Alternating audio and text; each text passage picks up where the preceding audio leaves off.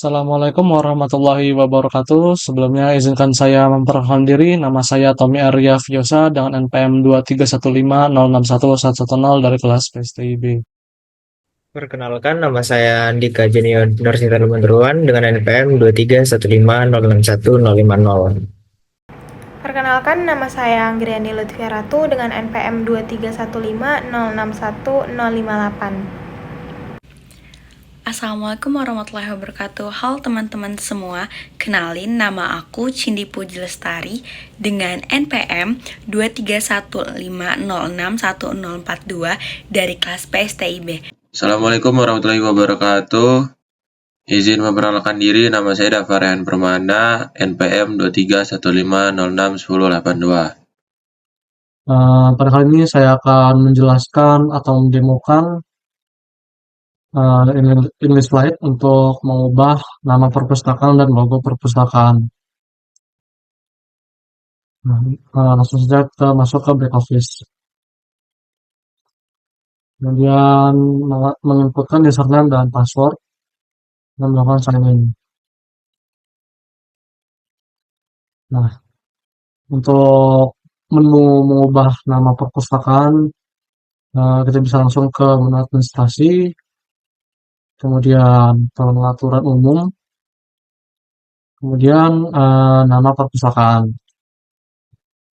Nah, di sini ada menu untuk menginputkan nama perpustakaan, jenis perpustakaan, gambar logo, dan gambar kop. Di sini karena saya tidak menggunakan gambar kop, jadi saya hapus di centangnya. Kemudian untuk nama perpustakaan sih saya akan menggunakan contoh nama PT Perpustakaan Sampung. Untuk jenis perpustakaannya di sini saya akan menggunakan perpustakaan perguruan tinggi. Nah, untuk mengganti logonya di sini kita bisa memasukkan gambar ya yang sudah kita download itu logo untuk perpustakaannya. Kemudian udah klik upload. Nah, setelah proses penginputan perubahan, kemudian kita klik simpan untuk menyimpan perubahannya.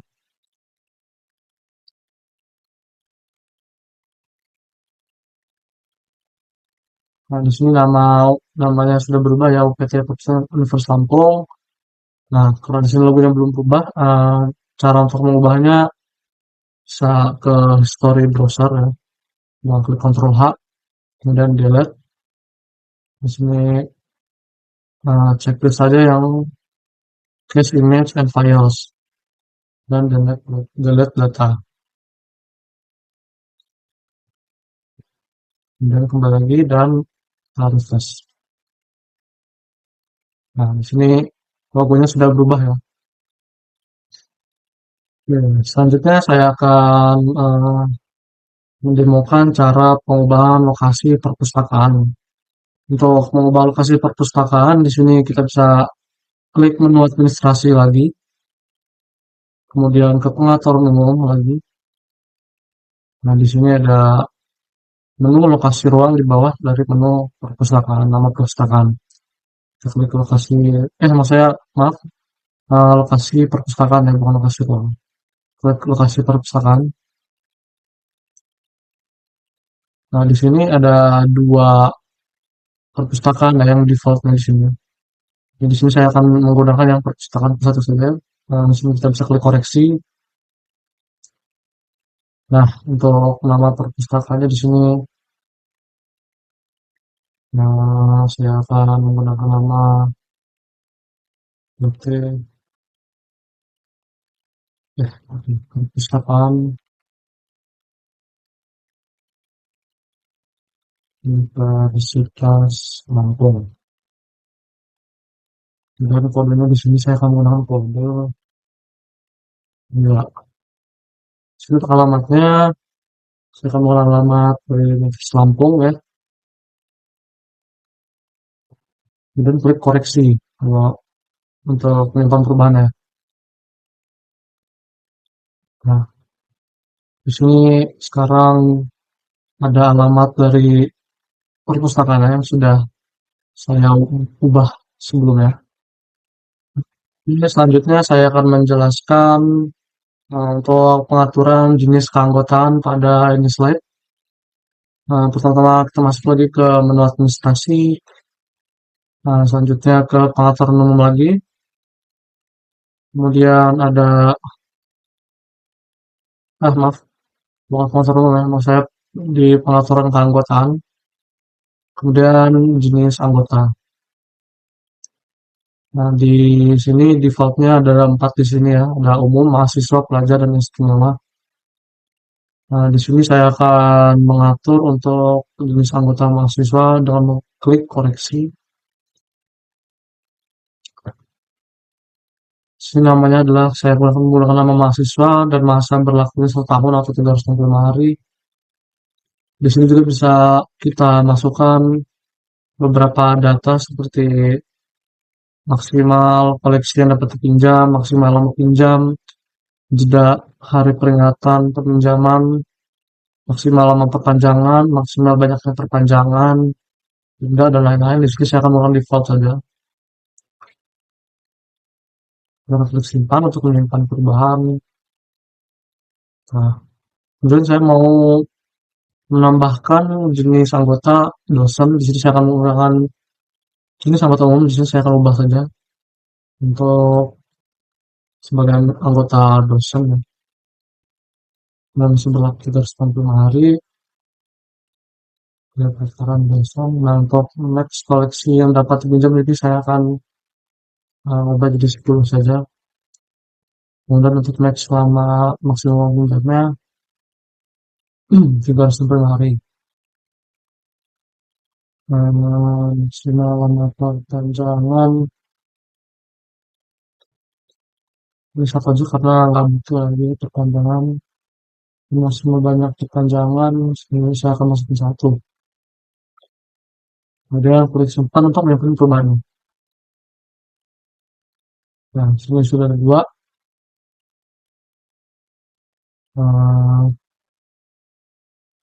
Sini juga kita bisa mengatur jenis perpustakaannya ya. Di sini saya akan mengatur dosen dan mahasiswa akan bisa mengakses di perpustakaan Universitas Lampung saja. Simpan. Kemudian untuk mahasiswanya juga akan saya setting untuk perpustakaan Universitas Lampung saja. Dan simpan.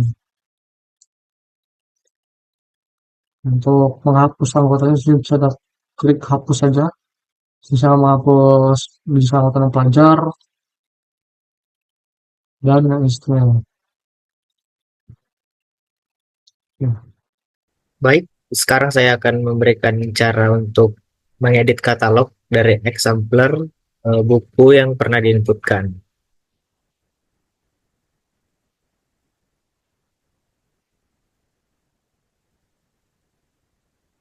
Langkah pertama kita akan masuk ke menu katalognya.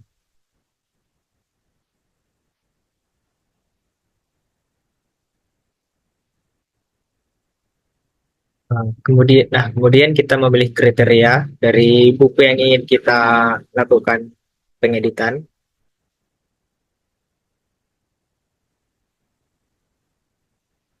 Yang ininya pilih salah satu isi.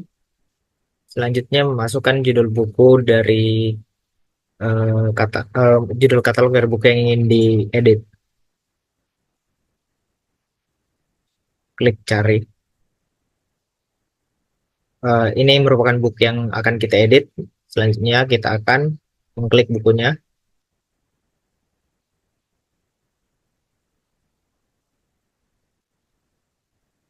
Nah, seperti teman-teman yang sudah ketahui, mengedit buku ini tampilannya sama dengan ketika kita menginputkan sebuah katalog dari buku yang ingin kita inputkan. Cara mengeditnya juga sama seperti cara penginputannya, hanya saja ada beberapa tipe dari sebuah pengeditan yang memerlukan kita mengedit di setiap eksemplarnya juga, selain dari pengeditan dari spesifikasi bukunya. Nah, sebagai contoh kecilnya di sini saya akan mengedit nomor kelas dari buku 5 sekawan berikut. Kita lakukan pengeditan saja, misalnya kita hapus dan kita masukkan kembali. Nah, selanjutnya kita klik simpan.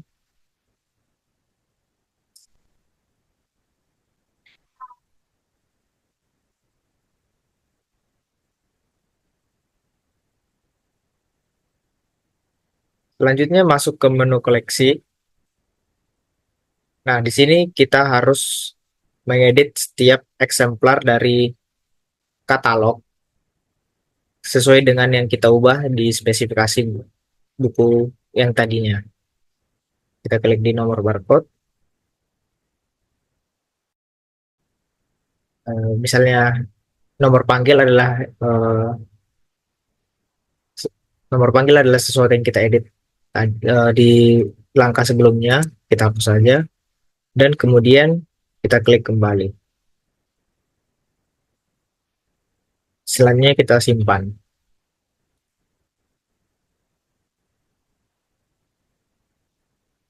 Nah, begitu pula jika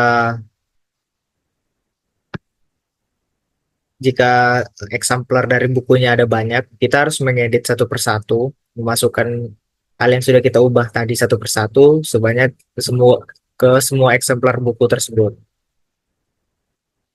Baik, saya rasa hanya sekian dari saya tentang cara mengedit katalog dari eksemplar buku yang telah diinputkan kepada English Lite.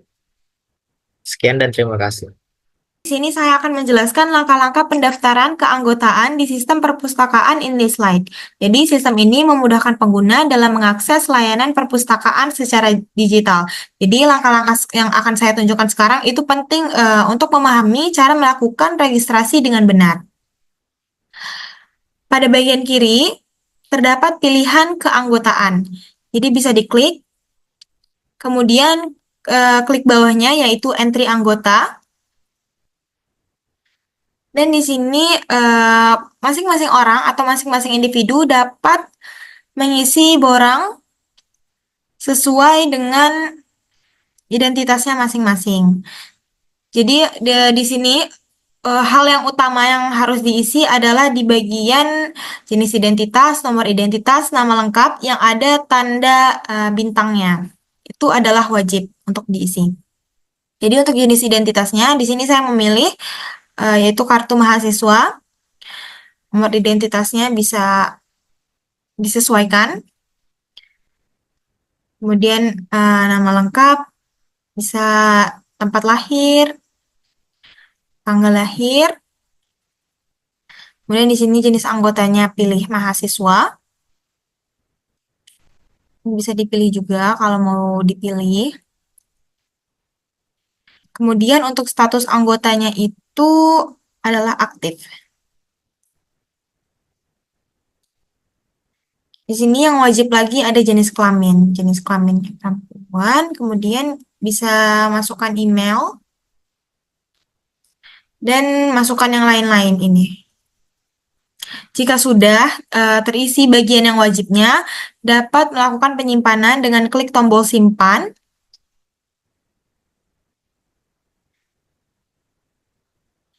Dan akan muncul tampilan seperti ini, yang artinya identitas sudah masuk ke dalam sistem. Kemudian jika ingin menambahkan foto, bisa klik bagian foto anggota. Kemudian unggah foto anggota, klik ini, file. Bisa cari saja fotonya.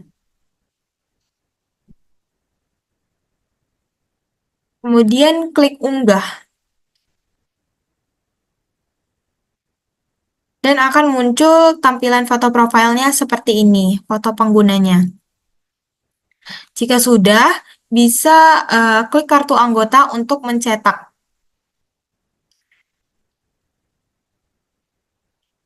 Bisa diklik, dan akan muncul kartu anggotanya seperti ini, yaitu kartu anggota Perpustakaan Mitra Perpusnas.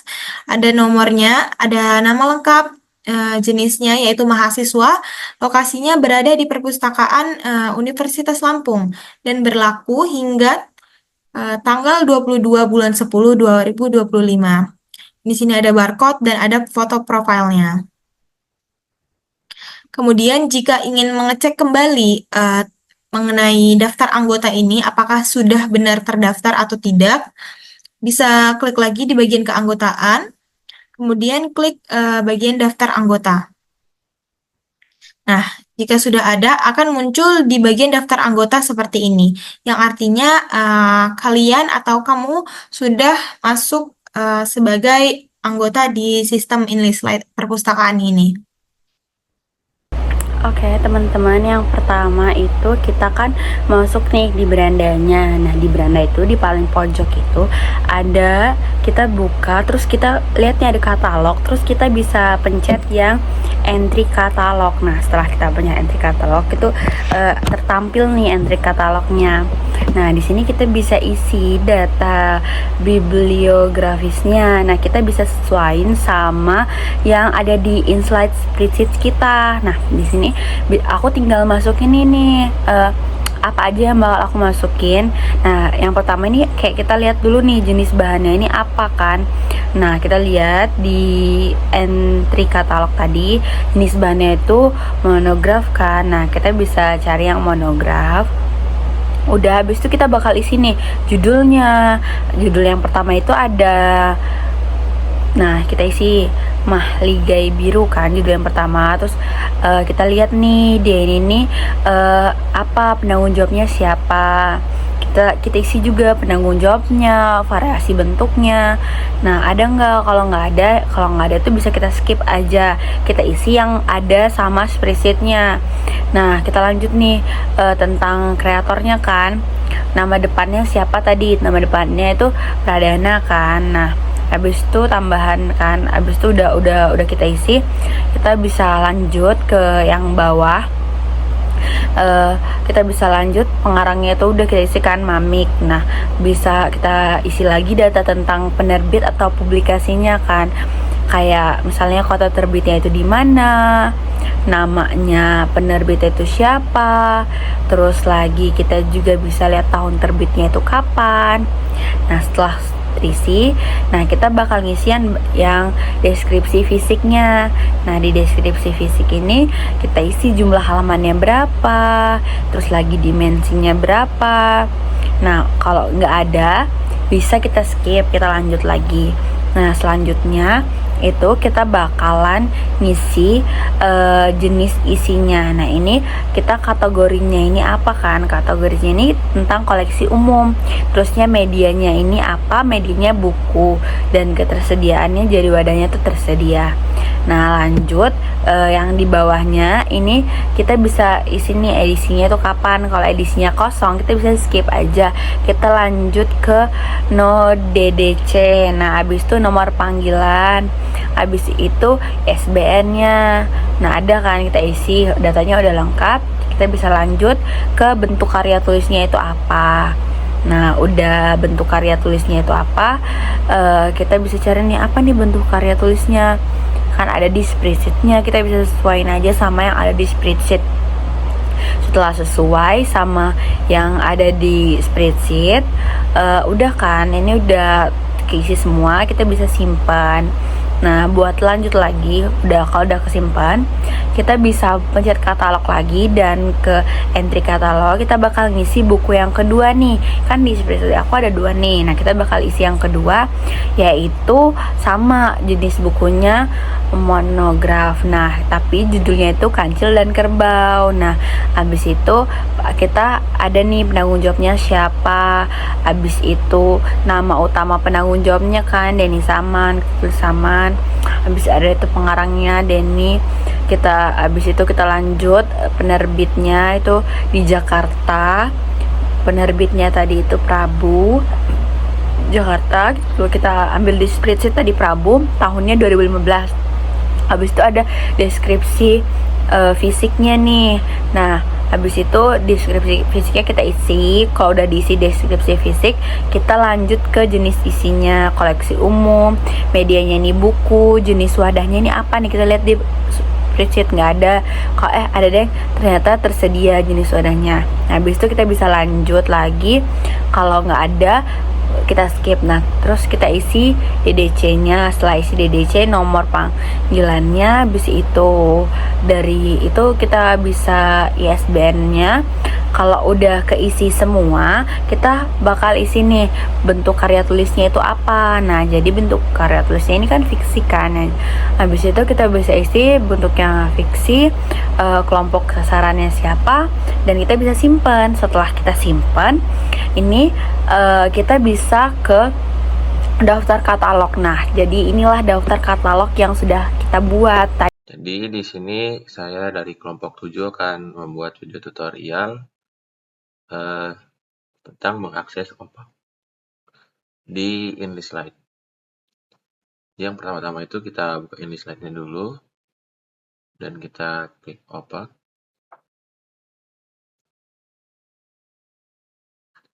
Nah, di sini dapat lihat terdapat katalog 5 buku 5 sekawan yang penerbitnya Agus Setiadi. Kemudian jika kita ingin menghapus katalog ini, maka kita buka di back office-nya. Nah, sebelumnya terdapat login, cuman di sini saya sudah login, jadi tidak perlu login lagi. Kemudian jika ingin menghapusnya itu, yang pertama kita lakukan adalah buka katalog, kita lihat daftar katalog. Kemudian kita pilih katalog yang ingin kita hapus tadi. Saya pilih buku 5 sekawan ini. Kemudian cara menghapusnya itu kita hapus dari konten digitalnya dulu. Karena di sini tidak terdapat konten digitalnya, maka tidak perlu lagi ya. Kemudian dari covernya, di sini juga covernya itu harus dihapus juga. Kemudian karena di sini tidak ada, maka kita lanjut ke selanjutnya. Di koleksi. Nah, di daftar koleksinya ini harus dihapus dulu. Jadi caranya itu kita pilih dua-duanya. Kemudian kita pilih kriteria.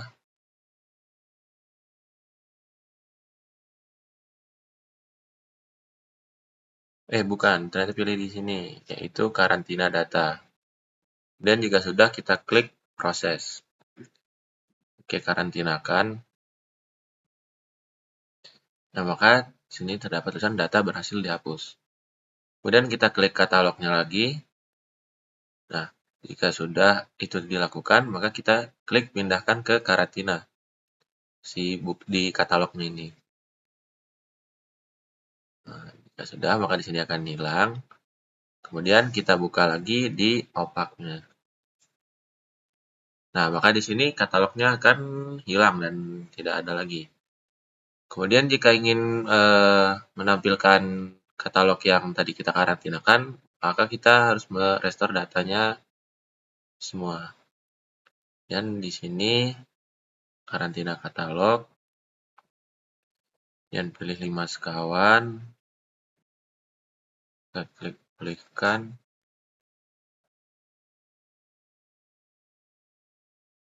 Nah, jika sudah, kita klik di akuisisinya, karantina koleksi. Nah, 2 ini tadi kita pulihkan semua.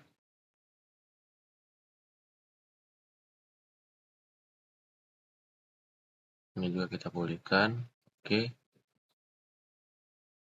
Nah, jika sudah, data berhasil direstore. Kita buka lagi opaknya. Nah, maka di sini akan muncul lagi katalog yang tadi kita karantinakan. Mungkin sekian tutorial dari saya. Wassalamualaikum warahmatullahi wabarakatuh.